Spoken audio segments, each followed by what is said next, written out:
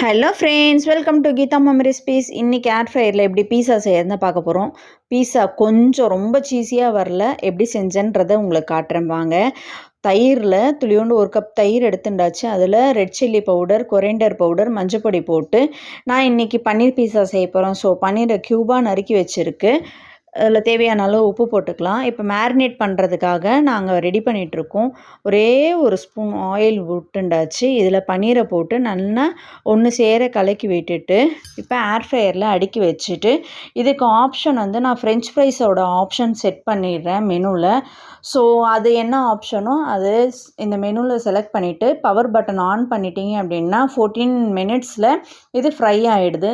So இப்போ நம்மளுக்கு பன்னீர் fry ready ஆகிடுது. இதை எடுத்து ஒரு பிளேட்டில் தனியாக வச்சுக்கலாம்.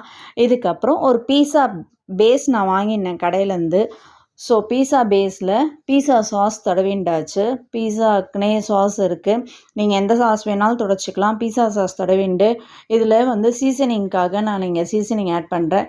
ஸோ சீஸ் நல்லாவே மொசரல்லா சீஸ் இருந்தால் அதை போட்டுக்கலாம். நான் இன்றைக்கி பீஸா சீஸ் தான் ஆட் பண்ணியிருக்கேன். இதில் நம்ம ஃப்ரை பண்ண பன்னீர், டாப்பிங்ஸ்க்காக ஃப்ரை பண்ண பன்னீர், தென் கேப்சிகம், ஆனியன் இதெல்லாம் கியூபிக்கெல்லாம் கட் பண்ணி இதில் ஸ்ப்ரெட் பண்ணிக்கலாம். உங்கள் இஷ்டத்துக்கு எங்கே வேணாலும் ஸ்ப்ரெட் பண்ணிக்கலாம். அதுக்கு மேலே மறுபடியும் சீஸை போட்டு இப்போ நான் ஏர் ஃப்ரையரில் வைக்கிறேன். ஸோ என்கிட்ட சிலிக்கான் ட்ரே இன்னும் வாங்காதனால இப்படியே டேரெக்டாக வச்சுருக்கேன். ஸோ என்ன ஆயிருக்குன்றது நீங்கள் பாருங்கள்.